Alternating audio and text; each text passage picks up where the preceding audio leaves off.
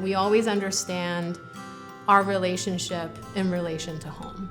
You know, whether it's I'm 20 minutes away from home or I'm 10 hours away from home. And home is just really a way for us to locate ourselves, whether we're within it or far away from it. And I lost my home when I came to the US. I kind of feel like within that process of migrating to a different location, I lost my body. Like I couldn't tell where I was because I didn't know where home was. I felt like I didn't really belong anywhere. Honestly, I started working with paper because I loved it.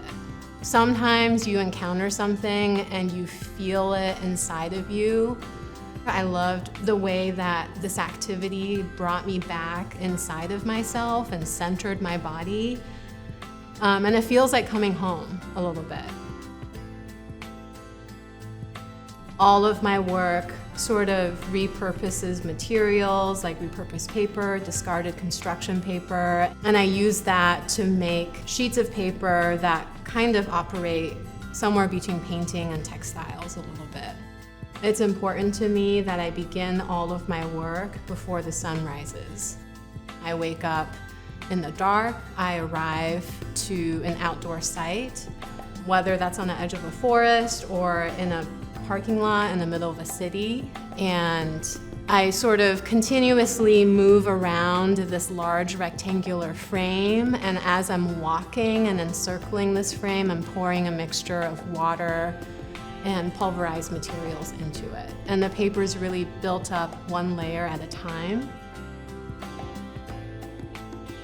If you're looking at the surface of one of my works, the paper can tell you what kind of day on which it was made, as well as where it was made. Because while the paper is drying outside, all of this debris from the surrounding environment falls into it. So the surface of each work is really an imprint or a photographic still of site-specific activities.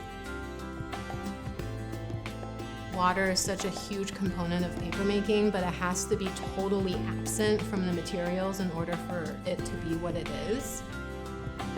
I thought about this evaporating water as a temporary channel between myself and my family members who are no longer with me. It's really a moment of connection, you know, like where am I and who am I in relationship to these things that are so big that I can only touch but can't hold. And it's important that that is just for me.